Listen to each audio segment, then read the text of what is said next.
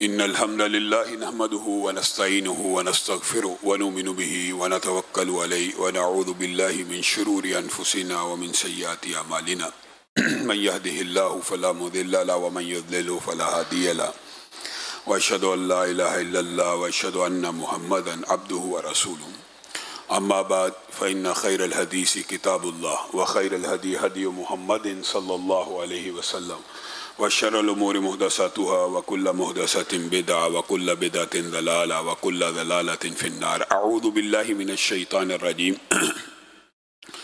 لقد كان لكم في رسول الله أسوة.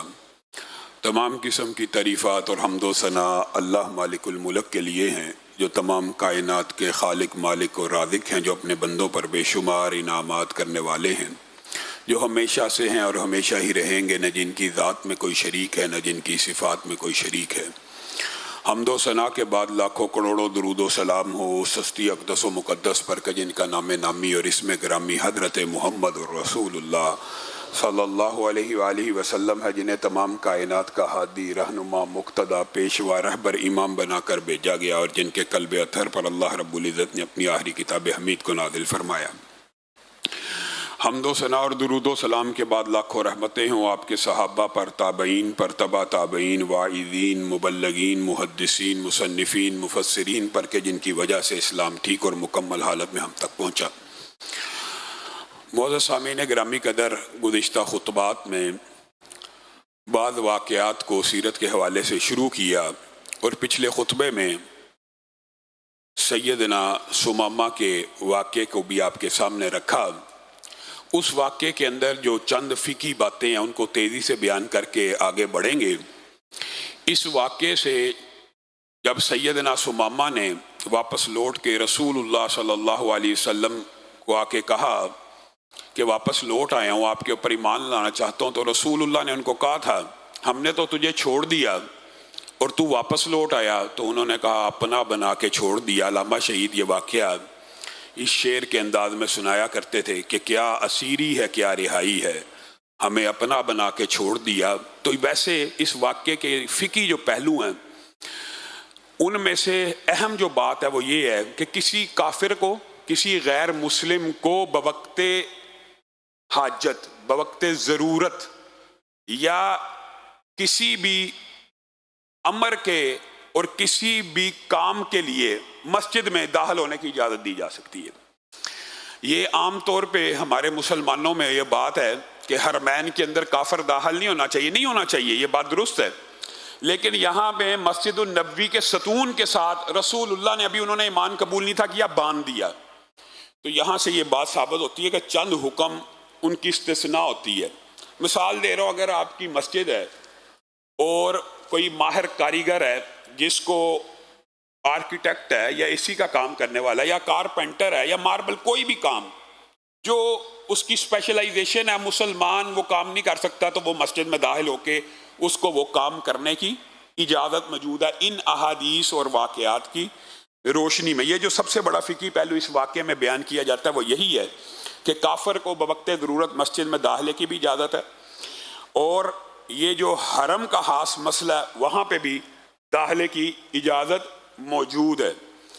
اور دیگر احادیث سے تو یہ بات بھی ثابت ہوتی ہے کہ رسول اللہ صلی اللہ علیہ وسلم نے عیسائیوں کو اپنی ہی مسجد میں عبادت کرنے کی پیشکش کر دی۔ تو گویا آج کے دور میں بھی اگر کوئی عیسائی، یہودی یا غیر مسلم آپ کی مسجد میں آنا چاہے اور آپ سمجھتے ہو کہ اس کے آنے سے اس کے دل میں اسلام کا رعب، دبدبہ اور متاثر ہونے کا امکان ہے، آپ اس کو داخل ہونے دیجئے، آپ اس کو آنے دیجئے، آپ اس کو چاہے اپنی مسجد میں عبادت بھی کرنے دیں وغیرہ۔ یہ ایک طویل فقہی باب ہے جو خلاصہ آپ کے سامنے رکھ دیا۔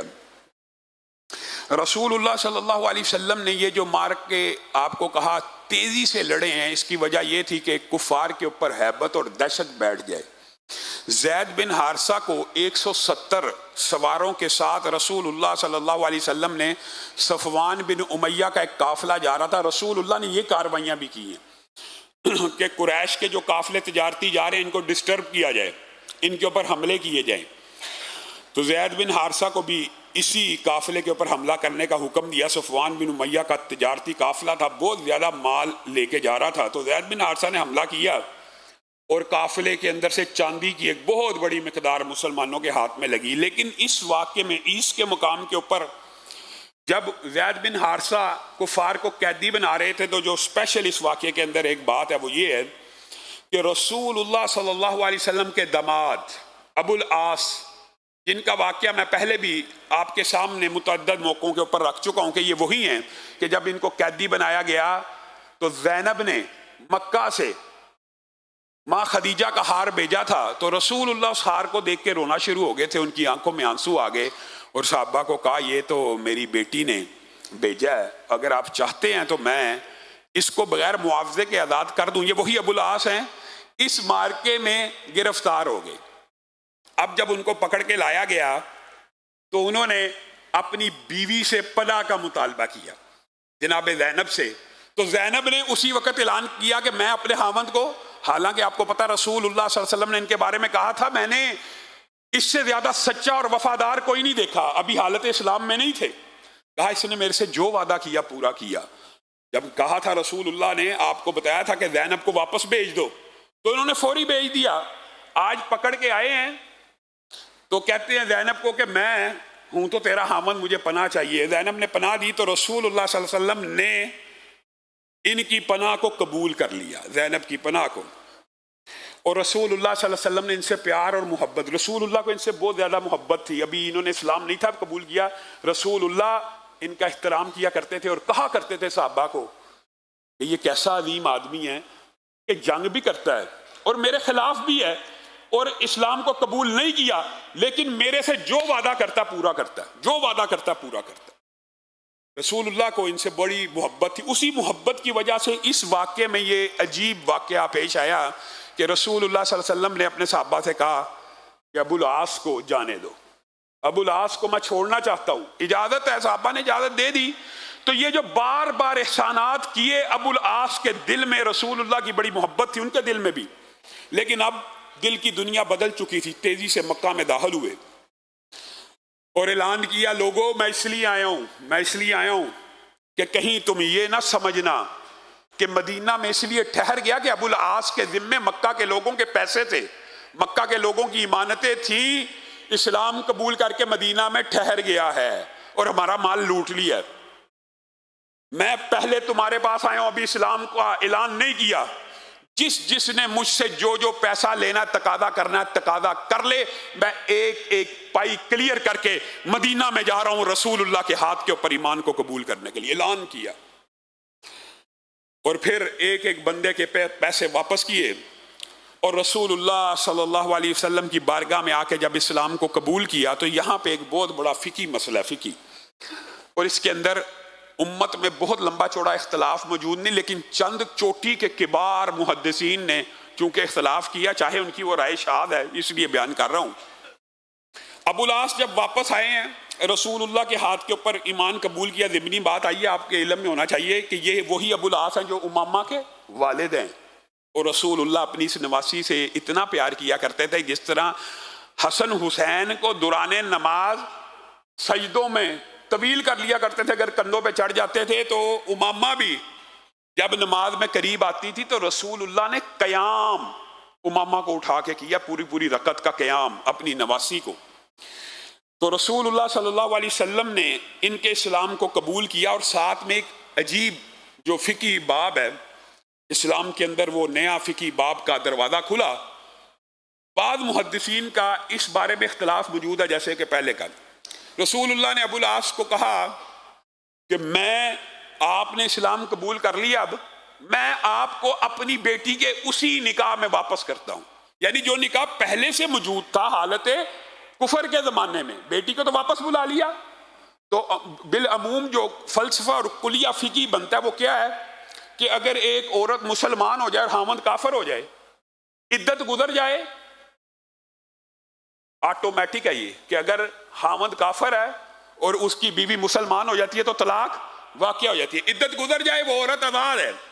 لیکن یہاں پہ جب رسول اللہ صلی اللہ علیہ وسلم نے اپنی بیٹی کو اسی سابقہ نکاح کے ذریعے ان کی طرف بھیجا تو یہاں سے کچھ باتیں سمجھ آتی ہیں۔ بعد محدثین نے کہا نیا نکاح کیا، لیکن یہ بات صحیح سند سے ثابت نہیں ہے۔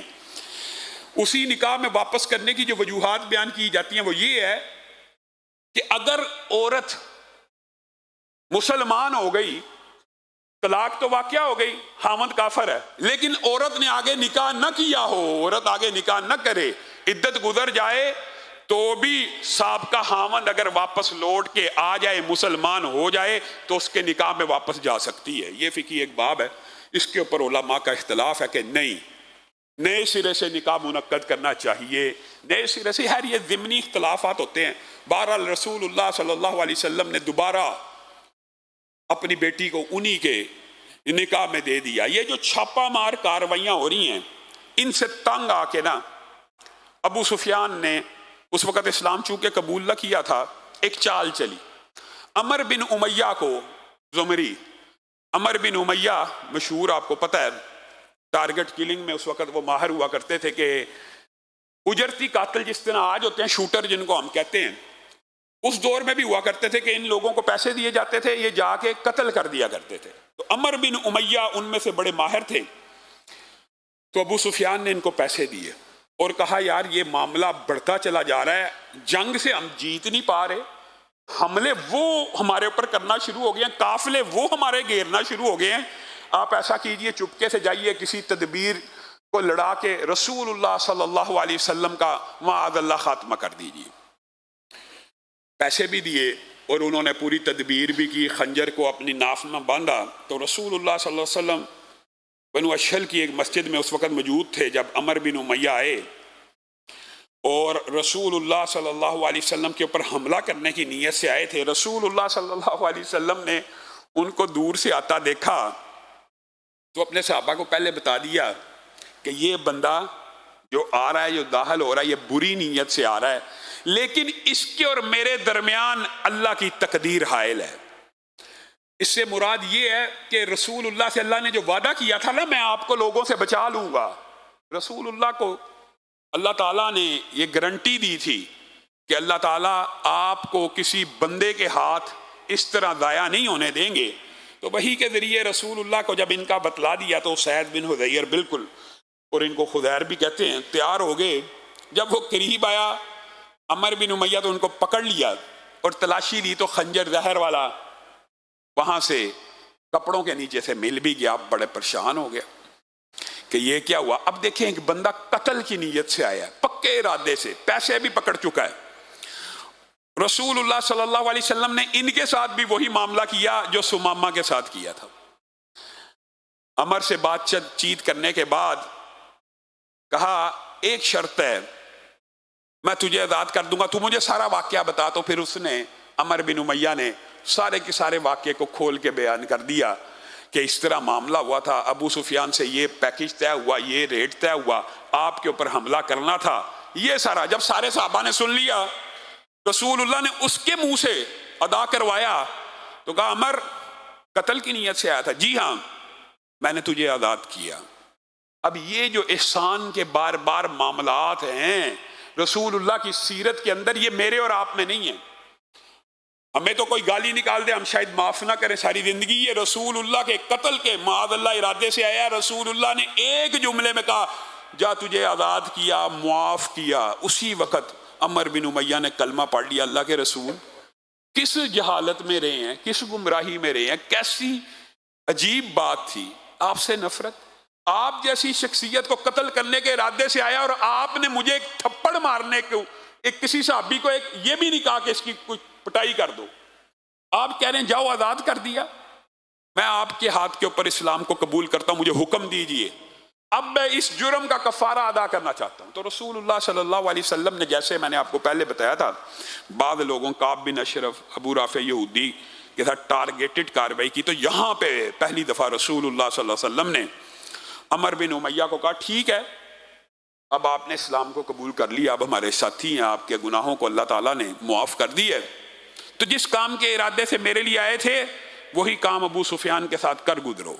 ساتھ میں ایک اور صحابی کی ڈیوٹی بھی لگائی کہ تم دونوں جاؤ اور یہ معاملہ بھی اب ختم ہو جانا چاہیے، ابو سفیان کو قتل کر دیا جائے. لیکن اللہ کو کچھ اور ہی منظور تھا. یہ عمر بن امیہ بھیس بدل کے جب خانہ کعبہ میں پہنچے اور ابو سفیان کی طاق میں تھے، اور آپ کے ساتھ ایک صحابی رسول بھی رسول اللہ صلی اللہ علیہ وسلم نے بطور مدد کے بھیجا، انہوں نے اچھی طرح حلیہ وغیرہ بدلا، لیکن چونکہ رہتے رہائشی قریش جانتے تھے تو وہ حیت اور حلیے کی تبدیلی کے باوجود پہچانے گے. تو قریش نے تو کسی کام کے ارادے سے بھیجا تھا، جب خانہ کعبہ میں موجود پایا اور پہچان گئے تو پھر یہ وہاں سے دوبارہ فرار ہو کے بڑی مشکل جان بچا کے رسول اللہ صلی اللہ علیہ وسلم کی بارگاہ میں پیش ہو گئے. گویا جو معاملہ ابو سفیان نے کرنا چاہا وہ بھی پورا نہ ہوا، اور جس کام کے لیے رسول اللہ صلی اللہ علیہ وسلم نے بھیجا وہ بھی نہ ہو سکا، چونکہ اللہ رب العزت کو حضرت ابو سفیان کے بارے میں کچھ اور ہی منظور تھا. آپ دیکھ لیے حضرت خالد ابن ولید کتنے مارکوں میں رسول اللہ کے مد مقابل رہے، لیکن ان کے بارے میں بھی اللہ رب العزت کو کچھ اور ہی معلوم یعنی منظور تھا. اسی اسنا میں 6 ہجری کے ابتدائی 5 سے 6 ہجری کے واقعات آپ کے سامنے رکھ رہا ہوں. یہ جو دباچہ ہے صلح حدیبیہ کا، فتح مکہ کا، تو رسول اللہ صلی اللہ علیہ وسلم کی یہ جو کاروائیاں تھیں یہ قریش کے دلوں کے اوپر ہیبت بٹھاتی جا رہی تھی.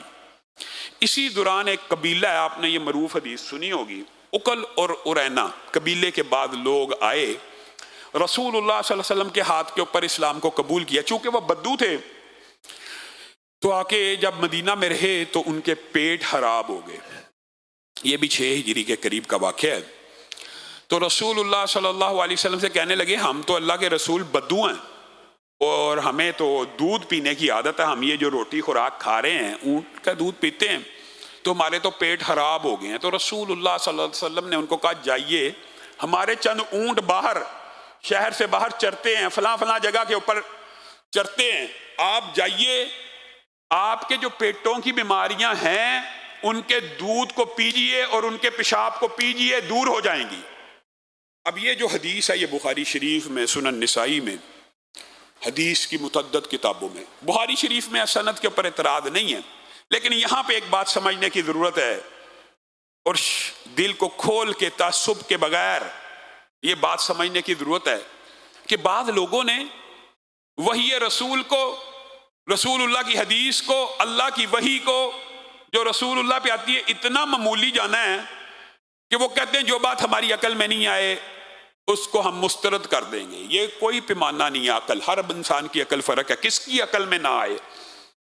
اس حدیث کا بخاری شریف میں موجود ہو جانے کے بعد بھی بہت سے لوگوں نے انکار کیا، اور اس کے انکار کی جو توجیحات پیش کی ہیں، کسی کو تان تشنی کرنا مقصود نہیں ہے، لیکن وہ بھی عجیب و غریب ہے. ایک نے اعتراض کیا یہ جی حدیث قرآن کے خلاف ہے، حالانکہ پورے قرآن پاک میں کہیں پورے قرآن پاک میں کہیں پہ بھی معقول اللحم جانور کے پیشاب کی حرمت کا ذکر موجود نہیں. قرآن کے کیسے خلاف ہے؟ پھر بعد نے کہا کہ اونٹ کا جو پیشاب ہے وہ نجس اور خبیث ہے، نجس اور خبیث کی اجازت رسول اللہ کیسے دے سکتے ہیں، اس لیے انکار کر دیا. پھر بعض لوگوں نے تیسرا اعتراض کیا کہ ہے تو نجس اور خبیث لیکن چونکہ رسول اللہ نے اجازت دی تھی خاص ایک لوگوں کو، اس لیے یہاں پہ اجازت ہے. ان سب باتوں کا جو جواب ہے، مختصر بات یہ ہے کہ وحی جو ہوتی ہے وہ، عقل جو ہوتی ہے وہ وحی کے تابع ہوتی ہے. عقل وحی سے بالا تر نہیں ہے. وحی ہے پہلی بات کہ معقول اللحم جانوروں کا، معقول اللحم یعنی جن کا گوشت کھانے کی مسلمانوں کو اسلام میں اجازت ہے، ان کے کسی جز کی حرمت، کسی شے کی حرمت قرآن پاک اور حدیث سے ثابت نہیں ہے سوائے دمم مسفوح کے، بہتے ہوئے خون کے. حلال جانور کا بھی بہتا ہوا خون حرام ہے. بس تو مقول اللحم جانور کے والے سے جو آپ کے ذہن میں باتیں بنی ہوئی ہیں کہ ان کے گردے، ان کی کلیجی، ان کی اوجری، ان کے کپورے وغیرہ حرام ہوتے ہیں، یہ باتیں بھی باطل ہیں، نہیں حرام ہوتے۔ مقول اللحم جانور پورے کا پورا حلال ہوتا ہے، پہلی بات۔ دوسری بات کہ مقول اللحم جانور کا جو بول و براز ہے، گندگی ہے جو اس کی، وہ خبیث اور نجس کسی قرآن اور سنت کی دلیل سے نہیں ہے، خبیث اور نجس۔ کیونکہ رسول اللہ صلی اللہ علیہ وسلم نے بکریوں کے باڑے میں اور بھینسوں کے باڑے میں اور گائے کے باڑے میں تو نماز پڑھنے کی بھی اجازت دی، تو وہاں پہ کیا پیشاب کی چھینٹیں نہیں ہوتی؟ وہاں پہ پیشاب نہیں پڑا ہوتا؟ گویا مقول اللحم جانور کے پیشاب کی چھینٹ نجس اور خبیث نہیں ہے۔ لیکن نجس اور خبیث نہ ہونے کا مطلب یہ ہے کہ اس کو پیتے رہا کریں، یہ بات بھی نہیں ہے، یہ بات بھی نہیں ہے۔ لیکن دوسری بات یہ ہے کہ سب سے بڑی دلیل کہ رسول اللہ صلی اللہ علیہ وسلم نے کبھی علاج کے لیے بھی خبیث چیز کی اجازت نہیں دی، خبیث کی نہیں اجازت دی۔ رسول اللہ کی متعدد حدیثیں اس بات کے اوپر شاہد ہیں۔ ایک صحابی صرف زخم کے اوپر شراب کو لگا رہے تھے، تو رسول اللہ صلی اللہ علیہ وسلم نے پوچھا یہ کیا کر رہے ہو؟ کہا یہ تو دعا کے لیے۔ تو رسول اللہ کے خبیث میں شفا نہیں ہے۔ رسول اللہ نے خبیث چیزوں سے علاج سے بھی منع فرمایا، الا یہ کہ وہ جو اضطرار کا کلیہ ہے وہ ہے، لیکن وہ اضطرار کا کلیہ ہر بیماری کے اوپر نہیں ہوتا۔ وہ اضطرار یہ ہوتا کہ جان لیوا ایسی بیماری ہو یا ایسی بھوک پیاس ہو کہ شراب کے بغیر بندہ زندہ ہی نہ رہ سکے، پھر بات الگ ہے۔ تو گویا عام زخم کے اوپر تو رسول اللہ نے شراب کا ڈیٹول کے طور کے اوپر یوز کرنا بھی حرام کیا، الکوہل کے طور کے اوپر یوز کرنا، بیرونی استعمال حرام کیا، پھر کا خبیث چیزوں میں شفا نہیں ہے۔ تو گویا رسول اللہ نے کسی خبیث چیز کی اجازت نہیں دی۔ ہاں یہ بات ضرور ہے کہ یہ جو بول و براد ہوتا ہے یہ ناپسندیدہ چیز ہے، تو رسول اللہ نے اس کا نام لے کے ان کو حکم اس لیے دیا کہ رسول اللہ کو وحی کے ذریعے بتایا گیا کہ ان بیماریوں کا علاج اونٹ کے دودھ اور پیشاب میں موجود ہے۔ بنیادی طور پہ بات یہ ہے، اور یہ بات ضمنی طور پہ آئی ہے تو سمجھ لیجئے، آپ حیران رہ جائیں گے۔ جدید سائنس کو چھوڑیے، اپنے تجربے اور مشاہدے کی بات کیجئے۔ کینسر کی بہت سی قسمیں ایسی ہیں، خاص طور پہ چھاتی کا کینسر، معدے کا کینسر، جگر کا کینسر، یہ اپنے تجربے اور مشاہدے سے بیان کر رہا ہوں۔ اگر کوئی بندہ خالی پیٹ رہ کے صرف اونٹنی کا دودھ اور پیشاب مکس کر کے صرف کینسر کے ان امراض میں، جو یہ کینسر کی بیماریاں جو معدے کی ہیں، جگر کی ہیں، پیٹ کی ہیں، سینے کی ہیں، کوئی اور خوراک استعمال نہ کرے، صرف 40 دن استعمال کرے، عینی تجربہ اور مشاہدہ اللہ تعالیٰ اسے شفا دے دیتے ہیں۔ اور یہ بات رسول اللہ صلی اللہ علیہ وسلم کی حدیث سے بھی سمجھ آتی ہے کہ ان کو امراض پیٹ کے لگے تھے، معدے کے لگے تھے، اور ان کے پیٹ میں بیماریاں تھیں، جس کی وجہ سے رسول اللہ صلی اللہ علیہ وسلم نے ان کو اونٹنی کے پیشاب پینے کا حکم دیا۔ تو گویا بیماری کے اندر مقول اللحم جانور کا کوئی اگر طبیب اور ڈاکٹر پیشاب کی آپ کو ریکمینڈ کرے، جائز ہے، اس میں کوئی حرج کی بات نہیں ہے۔ خواہ حدیث رسول کے اوپر لمبے چوڑے اعتراض کرنا، اور اب میں تو آپ کو کہہ رہا ہوں میڈیکل سائنس کو چھوڑ کے میں نے آپ کے سامنے اپنے دور حاضر کے، حتیٰ کہ ہمارے یہاں مسجد کے نمازی جن کو ڈاکٹروں نے کہہ دیا کہ آپ 2 یا 3 مہینے زندہ نہیں رہیں گے، انہوں نے یہ علاج شروع کیا، 3 سال تک زندہ رہے، 3 سال۔ اور میں یہ سمجھتا ہوں اگر سورت فاتحہ کے ساتھ یہ علاج کیا جائے اور پھر کوئی خوراک نہ لی جائے، یہ اس کے اندر بعض اطباء نے شرط رکھی ہے کہ خوراک صرف پھر وہ دودھ اور وہ رہے 30-40 دن، تو اللہ کے فضل و کرم سے شفا مل جاتی ہے۔ تو یہاں پہ جب رسول اللہ صلی اللہ علیہ وسلم نے اکل اور اورینہ کے ان لوگوں کو کہا کہ باہر چلے جاؤ اور یہ کام کرو، تو انہوں نے یہ کام کیا، وہ تندرست ہو گئے اور ان کے بدن بڑے تنومند ہو گئے، لیکن اللہ کا کرنا ایسا ہوا اور ان کی اپنی جو ضمیر تھے وہ جب وہاں پہ رہے بدوی علاقے میں، انہوں نے دیکھا کہ یار یہ تو اونٹ رسول اللہ صلی اللہ علیہ وسلم کے چر رہے ہیں اور یہ چرواہا یسار اکیلا ہی ہے، ان کے دل میں لالچ پیدا ہوا۔ انہوں نے کہا یہ سارے اونٹ بھی ہانک کے لے جاتے ہیں، اس کو قتل کیا، گویا قتل کر دیا تو اسلام تو ضائع ہو گیا۔ اور آپ سمجھیں انہوں نے مرتد ہونے کا ایک قسم کا اعلان کیا کہ رسول اللہ کے چرواہے کو قتل کر دیا، اور ان اونٹوں کو ہانک کے لے کے جانے لگے۔ تو رسول اللہ کو یہ خبر پہنچی، رسول اللہ صلی اللہ علیہ وسلم بڑا دکھی ہوئے اور بڑا غمگین ہوئے، اور ابن جابر کو فہری ان کو کہتے ہیں، ان کو بھیجا کہ جاؤ ان کو پکڑ کے لاؤ اور ان کا کلا کما کر دو، اور رسول اللہ صلی اللہ علیہ وسلم نے کہا ان کو گرفتار کر کے ان کے ساتھ یہ معاملہ کرنا ہے۔ اور جو یہ معاملہ آپ سن کے حیران رہ جائیں گے، اور یہ بعض مفسرین نے تو باقاعدہ جو آیت محاربہ ہے اس کا اطلاق اکل اور ارینا کے قبیلے کے اوپر بھی کیا، کہ یہ جو رسول اللہ صلی اللہ علیہ وسلم نے حکم دیا، اچھا یہ جو حکم ہے نا یہ بڑا سخت تھا، اور بعض لوگوں نے یہ لکھا ہے کہ یہ حکم اس لیے تھا کہ چرواہے کے ساتھ انہوں نے یہ عمل کیا، لیکن کلی طور کے اوپر بھی یہ باتیں کچھ جائز ہیں جو معاشرے میں معروف ہوتی ہے کہ ناجائز ہیں۔ رسول اللہ صلی اللہ علیہ وسلم نے ابن جابر فہری کو یہ کہا کہ آپ نے اگر ان کو پکڑ لیا تو ان کی آنکھوں میں گرم لوہے کو تاپ کے ان کی آنکھوں میں پھیر دینا، اور ان کے ہاتھوں کو کاٹ ڈالنا اور ان کے پاؤں کو کاٹ کے ان کو صحرا میں بھوک پیاس سے مرنے کے لیے چھوڑ دینا۔ اور یہی آیت محاربہ میں یہ آیت انما جزاء الذین یحاربون کی جو آیت ہے، یہ اس کے اندر یہی بات موجود ہے کہ ان کے ہاتھوں کو کاٹا جائے، ان کے پاؤں کو کاٹا جائے، ان کو زمین پہ پھینک دیا جائے۔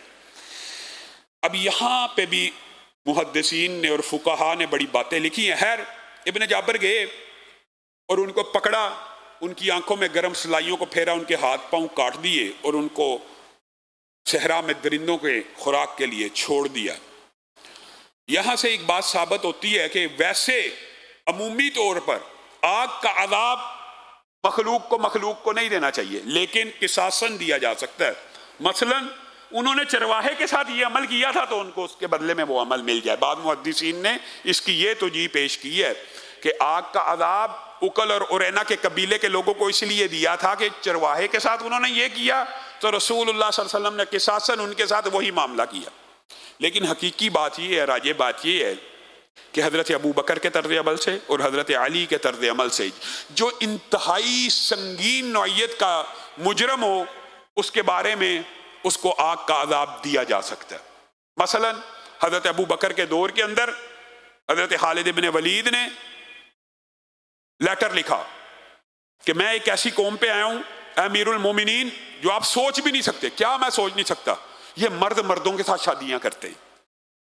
تو حضرت ابو بکر نے یہ آرڈیننس جاری کیا تھا ان کو پھر زندہ جلا دیا جائے۔ گویا اسلام میں اس طرح کے سنگین نوعیت کے جرائم کی سزا موجود ہے، لیکن یہ عموم نہیں ہے۔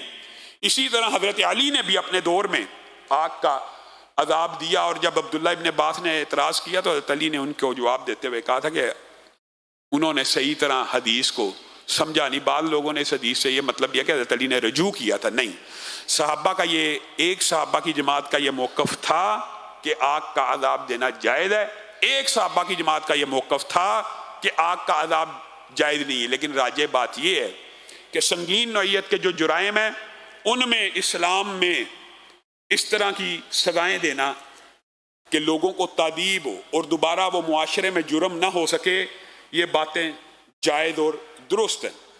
گویا جب یہ سارے کا سارا واقعہ ہو گیا تو رسول اللہ صلی اللہ علیہ وسلم نے ان کو یہ سزا دی۔ آگے چلیے، آگے ایک غزوہ ہے سریہ، بلکہ غزوہ تو وہ جس میں رسول اللہ صلی اللہ علیہ وسلم خود شامل ہوں۔ رسول اللہ صلی اللہ علیہ وسلم نے ابو عبیدہ ابن جراح کو 300 سواروں کے ساتھ اس سریے کو، ویسے سیف البحر بھی کہتے ہیں لیکن وہ حضرت حمزہ کے ساتھ خاص ہے، اس لیے اس کو تاریخ کے اندر اور سیرت کے اندر جیش الخبت کہنا چاہیے۔ جیش الخبت سے مراد پتوں والا لشکر، پتوں والا، داڑھیوں والا۔ اس کو کیوں کہا گیا کہ ابو عبیدہ ابن جراح کو دور ساحل کے کنارے رسول اللہ صلی اللہ علیہ وسلم نے کارروائی کرنے کے لیے بھیجا تو آپ کے پاس خوراک ختم ہو گئی۔ جب خوراک ختم ہوگی تو ابو عبیدہ ابن جراح نے اپنے ساتھیوں سے کہا، 300 بندہ تھا، کہ سارے تھوڑا تھوڑا جو آپ کے پاس موجود ہے اکٹھا کر لیا جائے۔ سب نے اکٹھا کیا، اس کو ایک بورے میں بند کر دیا، پھر ان میں سے سب کو ایکولی بانٹنا شروع کیا۔ پہلے زیادہ کھجوریں آتی رہی، پھر کم کم، حتیٰ کہ نوبت یہاں تک آ گئی کہ ایک وقت میں ایک ایک کھجور اس سے آنے لگی۔ پھر جب وہ بھی ختم ہو گئی تو صحابہ نے پتوں کو اور کیکر کو اور مختلف ٹہنیوں کو چبانا شروع کیا، اس لیے اس کو کہتے ہیں جیش الخبت۔ کہ پتوں والا لشکر. اب لیکن بھوک آپ کو پتا ہے خشک جھاڑیوں سے تو نہیں بجھتی، تو انہوں نے اونٹوں کو ذبح کرنا شروع کر دیا. چند اونٹ ذبح کیے تو انہوں نے کہا کہ اس طرح تو اونٹ ختم ہو جائیں گے، تو اونٹوں کو ذبح کرنے سے منع کیا. تو اللہ رب العزت کی طرف سے، اللہ کی رحمت سے، انہوں نے ساحل سمندر کے اوپر ایک عظیم الشان مچھلی کو دیکھا. عظیم الشان کہتے ہیں ٹیلے سے بھی بڑی تھی، اور اس وقت عرب میں اس مچھلی کو امبر کہتے تھے، اور آج کل کے دور میں شاید واللہ عالم بعض لوگ قیاس کرتے ہیں کہ اس سے مراد ویل مچھلی ہے، ویل جو بہت بڑی ہوتی ہے. لیکن اس مچھلی کے بارے میں صحابہ کہتے ہیں کہ اتنی بڑی تھی، جب ہم نے اس کے گوشت کو، اس کے روغن کو کھانا شروع کیا تو ہم ایسے تندرست، وہ جو ایک ایک کھجور سے جسم میں کمزوری تھی، تندرست و توانا ہو گئے. تو جب کافی گوشت کھا لیا تو اس کی پسلی، صرف پسلی، اس کو ہم نے کھڑا کیا اور ایک اونٹ کے اوپر بندے کو سوار کیا اور اس کو کہا ذرا ناپو یہ کتنی بڑی مچھلی ہے. تو وہ اونٹ سوار اس کی پسلی کے نیچے سے گزر گیا اور سر پسلی کو ٹچ نہ ہوا، اتنی بڑی مچھلی تھی. تو رسول اللہ صلی اللہ علیہ وسلم کے پاس پہنچے اور آ کے یہ بات بتائی کہ اللہ کے رسول مجبور تھے، کوئی چیز کھانے کو نہیں تھی، ایک مردار وہاں پہ پڑا تھا، آگے ہم نے کھا لیا. تو یہاں سے ایک بہت بڑا فقہی قاعدہ بھی نکلتا ہے، جس کی اول بات آپ کے سامنے رکھ دیتے ہیں، باقی انشاءاللہ آئندہ آنے والے خطبے میں رکھیں گے.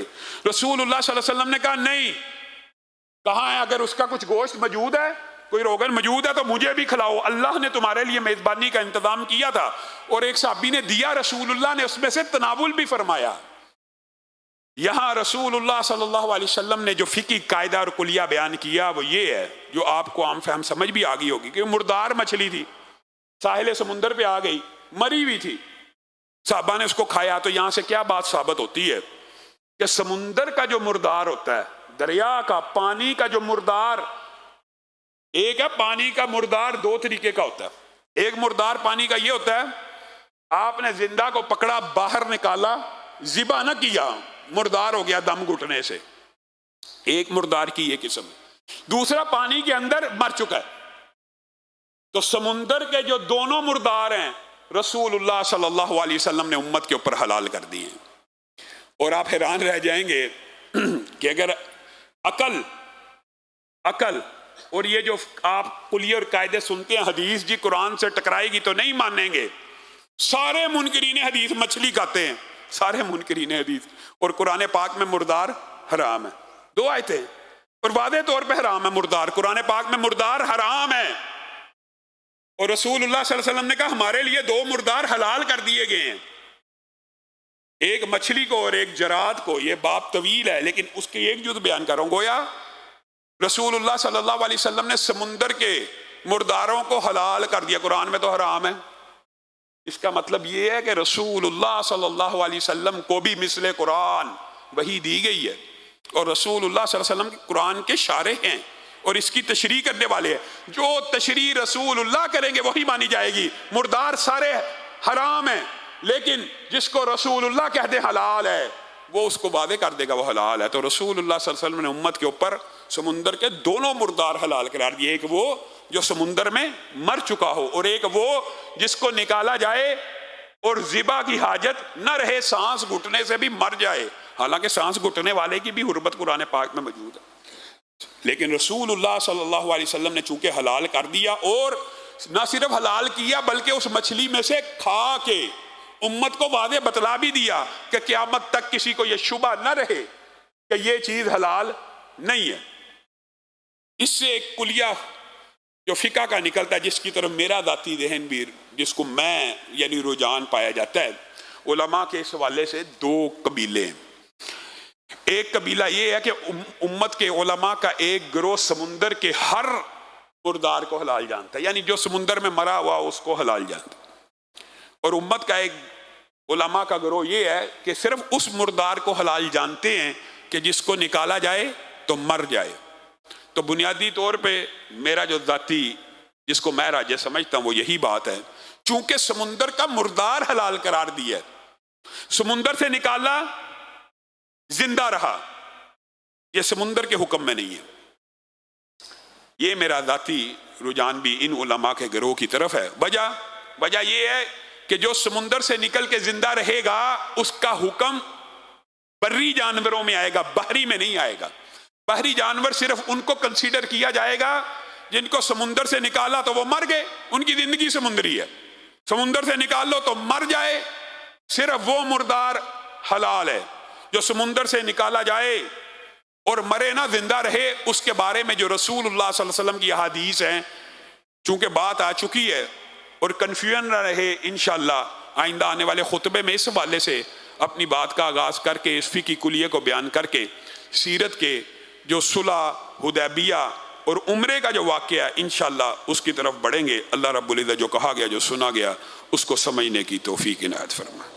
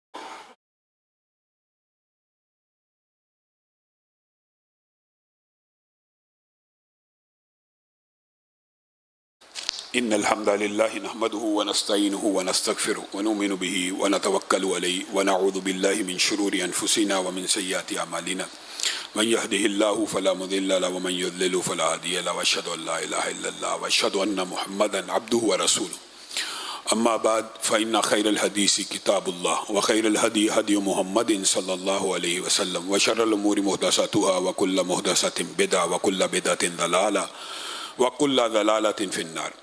معزز سامعین گرامی قدر، ملک کے اندر حالات تیزی سے پلٹا کھا رہے ہیں۔ کل افواج پاکستان نے اور انتظامیہ اور اداروں نے یوم تکریم شہداء کے حوالے سے ایک دن کا اعلان کیا۔ اس حوالے سے میں یہ بات کہنا چاہتا ہوں کہ تکریم شہداء کا جو کنسیپٹ ہے وہ تو قرآن پاک میں اور اسلام میں موجود ہے، اور اسلام اور مسلمانوں سے زیادہ شہداء کی تکریم کا کنسیپٹ کسی مذہب میں موجود نہیں ہے۔ کروسیڈ ہوتی ہیں، وہاں پہ بھی صلیبی مقدس جنگوں کے تصورات موجود ہیں، لیکن جس طرح اللہ نے قرآن پاک میں وضاحت کے ساتھ عجیب و غریب دو آیات ہیں، اگر انسان آپ نے سنی ہوئی ہیں لیکن آپ نے کبھی غور کیا کہ پہلے اللہ رب العزت نے کہا جو اللہ کے راستے میں شہید ہو جائے اس کو مردہ مت کہو۔ پہلے یہ کہا ہے مردہ مت کہو، اللہ کے ہاں زندہ ہے، تمہیں کیا پتا وہ کیسی زندگی ہے۔ پھر اسی پر بس نہ کیا بلکہ وضاحت بھی کر دی۔ پہلے حکم دیا کہ ان کو مردہ مت کہو، پھر کہا ان کو مردہ گمان بھی نہ کرو، تصور بھی نہ کرو، یہ بھی نہ سوچو کہ وہ فوت ہو چکے ہیں یا میت ہیں۔ ہاں دنیاوی معاملات کے اعتبار سے ان کی وراثت تقسیم ہوگی، اس کی جو بیوی ہے اس کو بیوہ کہا جائے گا، دنیاوی اعتبار سے وہ حکم میت میں ہے، لیکن جو ان کی زندگی ہے وہ تمہاری اس زندگی سے بہتر ہے۔ اللہ وہ کیسی زندگی ہے، اس زندگی کا شعور اور ادراک تم نہیں کر سکتے، صرف ایک خاکہ ہے، ایک صرف سمجھانے کا انداز ہے۔ شہید کی کیا زندگی ہے؟ شہید تو ابھی اس دنیا میں ہوتا ہے، خون کا قطرہ زمین پہ نہیں گرتا، اللہ تعالیٰ سارے گناہوں کو معاف کر دیتے ہیں۔ خون کا قطرہ زمین پہ نہیں گرتا، جنت میں اس کو مقامات دکھا دیے جاتے ہیں۔ خون کا قطرہ زمین پہ گرتا ہے، روح پرواز کرتی ہے، قبر میں جانے کی حاجت نہیں ہوتی، عرش تک اللہ تعالیٰ روح کو اٹھاتا ہے اور قندیلوں کے اندر سبز پرندوں کے قالب کے اندر ان کی روحوں کو ڈال دیا جاتا ہے، اور ان کے گھونسلے عرش عظیم کے نیچے جس طرح تم یہ فانوس لٹکے ہوئے دیکھ رہے ہو اس طرح کے بنے ہوئے ہیں سبز رنگ کے خوبصورت پرندے جو جنت میں اڑتے پھرتے ہیں، جو جنت سے رزق کھاتے ہیں۔ اب بتائیے یہ جو خوبصورت منظر کشی ہے اور کسی مذہب اسلام کے علاوہ ہے؟ تو تکریم شہداء کی تکریم تو اللہ بھی کرتا ہے، اللہ بھی شہداء کی تکریم کر رہا ہے۔ تو ہم پاکستان کے جتنے ادارے، فوج ہو، پولیس ہو، سی ٹی ڈی ہو، نیوی ہو، ایئر فورس ہو، جن جن شہداء نے وطن عزیز کی خاطر اس اسلامی نظریے کے اوپر بننے والے ملک کا دفاع کیا، ان شہداء کی تکریم آپ کے اوپر، میرے اوپر، سب کے اوپر واجب ہے۔ اور ان کے خلاف نفرت امیز اور شر انگیز باتیں کرنا آپ کو اور مجھے اس بارے میں بہت زیادہ غور و فکر اور اعتراض کرنا چاہیے، چاہے ہمارا تعلق کسی بھی سیاسی پارٹی سے ہو۔ شہداء کے خلاف علماء ہی ہیں نا جو یہ احادیث بیان کرتے ہیں کہ سرحدوں کی جو پہرہ داری کرنے والی آنکھ ہے اس کے اوپر جہنم کی آگ حرام ہے۔ یہ حدیثیں کس نے بیان کی؟ یہ علماء ہی نے تو بیان کی ہیں۔ تو گویا کسی سیاسی پارٹی سے وابستہ ہونے کا مطلب یہ نہیں ہے کہ آپ وطن کے لیے، اسلام کے لیے قربانیاں دینے والوں کو بھول جائیں، ہرگز نہیں بھولنا چاہیے۔ اسی طرح علامہ احسان اللہ ظہیر شہید رحمہ اللہ اور ان کے رفقا یہ بھی شہید ہیں، اور ان کی قربانیوں کو بھی فراموش نہیں کرنا چاہیے۔ اور میں تو یہ کہتا ہوں اللہ تعالیٰ جن جن لوگوں نے ان کو شہید کرنے میں کردار ادا کیا، سہولت کاری کی، اور بعد میں ان کے قاتلوں کو گرفتار نہ کروایا، نہ ہونے دیا، اللہ تعالیٰ انہیں دنیا اور آخرت میں عبرت کا نشان بنا دے۔ یہ ہمارے شہداء، ان کی ہم نے عزت و تکریم کرنی ہے۔ اور کسی سیاسی پارٹی سے بھی تعلق ہو، آپ کا چاہے پی ٹی آئی سے ہو، چاہے نون لیگ سے ہو، چاہے پیپل پارٹی سے ہو، وطن کے اوپر جانیں قربان کر دینے والے، جو اسلامی ریاست ہو اس کا دفاع کر دینے والے، ان کے حوالے سے آپ نے سوشل میڈیا کے اوپر بہت زیادہ احتیاط کا مظاہرہ کرنا۔ جذبات ہوتے ہیں، ٹھیک ہے، پکڑ دکڑ ہو رہی ہے، گرفتاریاں ہو رہی ہیں، بندہ مشتعل ہو جاتا ہے، تو اس انداز میں کبھی آپ نے کوئی پوسٹ نہیں کرنی کہ جو ان شہداء کی تکریم نہ اور ان کے خلاف جائے۔ اور ایک بات میں یہ بھی کہنا چاہتا ہوں کہ اس سارے سینیریو کی آڑ میں کسی سیاسی پارٹی کا جھنڈا بھی نہیں اٹھانا چاہیے۔ یہ بھی میں آپ کو بات بتا دوں، جو میرے پی ٹی آئی کے بھائی ہیں وہ اکثر جذباتی ہوتے ہیں، ناراض ہو جاتے ہیں جب میں ان کو کہتا ہوں یار چھوڑیے، آئیے۔ وہ کہتے ہیں آپ باقی سیکولر پارٹیوں کو کیوں نہیں کہتے؟ میں آج آپ کے سامنے کہتا ہوں، پارٹی سیکولر نون لیگ ہو، پیپل پارٹی ہو، پی ٹی آئی ہو، ان سب جماعتوں سے اسلام پسندوں کو، خاص طور پہ اہل حدیث نوجوانوں کو، اہل توحید نوجوانوں کو، اور بالعموم تمام اسلام پسندوں کو ان سیکولر پارٹیوں کے جھنڈے نہیں اٹھانے چاہیے۔ نظام مصطفیٰ کے نعرے لگانے چاہیے، نفاذ اسلام کے نعرے لگانے چاہیے۔ بندے کو نون league, people party, P T I کا بندہ نہیں ہونا چاہیے، اللہ کا بندہ ہونا چاہیے۔ اور اس کے لیے نفاذ اسلام کے لیے نظام مصطفیٰ کے جھنڈوں کو اٹھانا چاہیے۔ یہ اصل زندگی کا ٹارگٹ ہو۔ سیاسی لیڈر کسی کو کوئی پسند آ جاتا ہے، سیاسی لیڈر نبی نہیں ہوتا، نہ یہ مقام نبوت ہے کہ اس نے یہ پسند کر لیا تو دوسرے نے یہ پسند کیا تو کافر ہو گیا۔ اور بھائی سیاسی لیڈر جو پسند ہے نہیں ہے، لیکن یہ بھی ایک عجیب ٹرینڈ چل پڑا ہے۔ فوج کی سب سے پہلے آپ کو پتا اس وقت جس وقت کوئی نہیں تھا بولتا، 9 مئی کے سانے کے اوپر سب سے پہلے ہم نے یہ کہا تھا کہ جنہوں نے املاک کو جلایا، جنہوں نے یہ دنگا فساد کیا، انہیں نشان عبرت بنایا جائے۔ بلکہ ہم نے یہ مطالبہ بھی کیا کہ جتنا مالی نقصان ہوا ہے، جن لوگوں نے، جن بلوائیوں نے جلایا، ان سے وصول کیا جائے۔